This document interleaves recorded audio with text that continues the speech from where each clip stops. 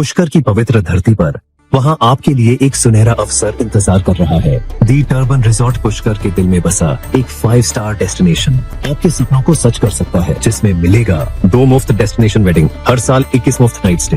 अभी कॉल करें 8824030683। कॉमनवेल्थ हमारे सीपी एसोसिएशन के द्वारा विधानसभा के अध्यक्षों को 3-4 देशों में जाकर के वहाँ की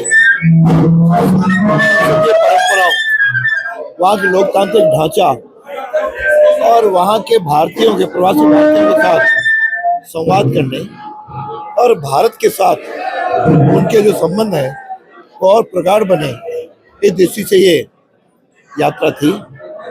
और मुझे प्रसन्नता है कि जो मेरा एक कभी स्वप्न था कि हम अजमेर के राजस्थान तक जाएंगे, राजस्थान से देश में जाएंगे, और देश से सारे कार्यकर्ताओं के मेहनत शुभेच्छाओं से मुझे अवसर मिला।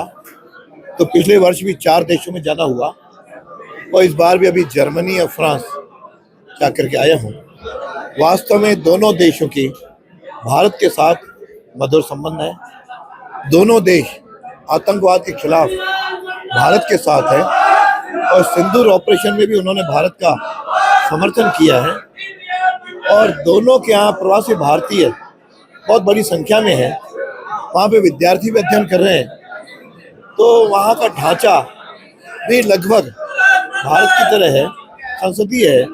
तो हम विचार आया कि वहाँ की जो प्रगति हुई है उसको भी देखने का अवसर मिला। और कुछ जगह तो भारतीयों ने मुझे एक भी समय किसी भी देश में होटल पे खाने का अवसर नहीं मिला। भारतीयों का इतना प्रेम मिला कि उनके घरों पे ही भोजन की व्यवस्था रही और वहाँ के स्थान भी अच्छे हैं।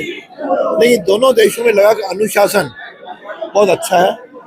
इवन जर्मनी में तो लोग साइकिल पे चलते हैं, चाहे कितना ही बड़ा आदमी हो जाए, चाहे वो न्यायाधिपति हो, चाहे सीनेटर हो, चाहे कोई भी हो, वे साइकिल पे चलते हैं। और दूसरा कार है, स्कूटर, मोटरसाइकिल तो उनको बहुत न के बराबर यहाँ पे दिखी। पर्यावरण की दृष्टि से भी वह देश अग्रणी है और साथ में लोगों के लिए स्वास्थ्य के लिए भी ये साइकिल की व्यवस्था अच्छी लगी। अनुशासन अच्छा है। अपने यहाँ ट्रैफिक में कोई भी गाड़ी किसी को क्रॉस करके नहीं जाती।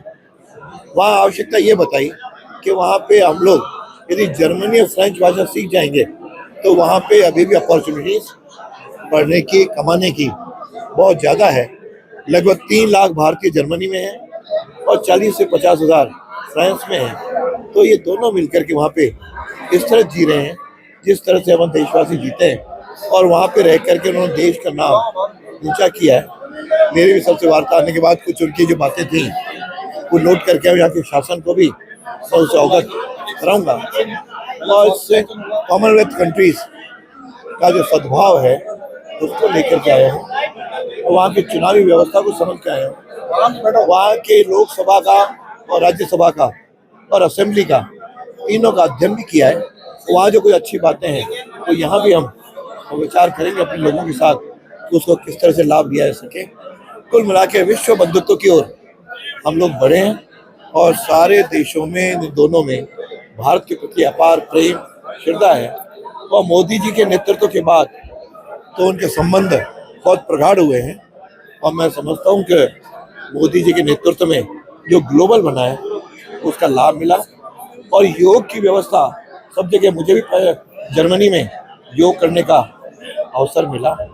और साथ में आध्यात्म की दृष्टि से भी रामकृष्ण मिशन भी जाना हुआ और साथ में अपने विचारों के जो अलग अलग संगठन वहाँ पे, हिंदू स्वयंसेवक संघ है, दूसरे संगठन है, सबके साथ मिलना हुआ, भोजन हुआ, आनंद, एक पारिवारिक वातावरण वहाँ पे देखने को मिला कि लग ही नहीं रहा था कि मैं कोई विदेश में हूँ। इस तरह का प्रेम से नहीं मिला। इसलिए मैं उनके प्रति भी, उनको मैंने धन्यवाद दिया, उनको मैं आभार व्यक्त करता हूँ। अब एक कदम और आगे बढ़ रहे हैं कि इस समय जो कमेटियों में और जो अटेंडेंस होती है वह भी ऑनलाइन हम करने जा रहे हैं ताकि पेपर और की बचत हो। इस तरह के कुछ अच्छे सुझाव करेंगे। और यहाँ के लोगों की जर्मनी और फ्रांस भाषा के कुछ जगह पाठ्यक्रम भी सरकार को कहूँगा कि यहाँ पे प्रारंभ करें ताकि यहाँ के लोगों को वहाँ पे रोजगार भी मिल सके और व्यापार करने की अनुकूलता है। प्राकृतिक सौंदर्य भी है। तो आज विश्व को एक ग्लोबली जो विश्व को मोदी जी बनाना चाह रहे हैं उस और हम अग्रसर हैं। ये यात्रा मुझे भी बहुत कुछ सीखने को मिली और कुछ भारत का संदेश भी, राजस्थान का संदेश भी वहाँ देने का अवसर मिला।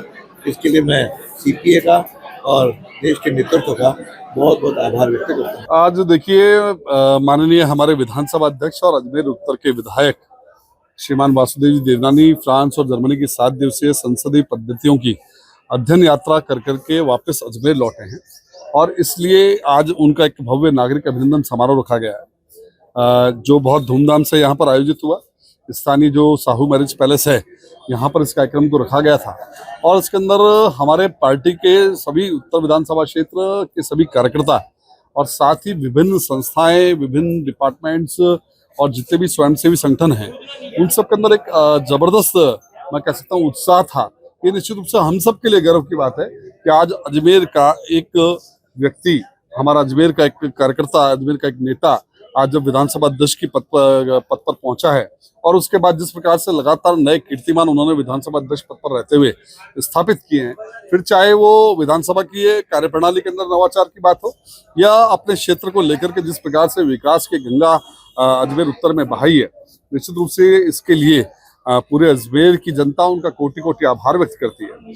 और साथ ही जिस प्रकार से विदेश के अंदर भी कहीं न कहीं एक अपने भारत की छाप और अपने अजमेर की छाप को छोड़ने का जो काम माननीय वासुदेव जी देवनानी ने किया है, जिस प्रकार से हमने देखा कि वहां पर इनके पहुंचने पर विदेश में जितना भी राजस्थान प्रवासी समाज था उन्होंने भी भव्य स्वागत किया, अभिनंदन किया, तो ये हम सबके लिए कहीं न कहीं गर्व की बात है।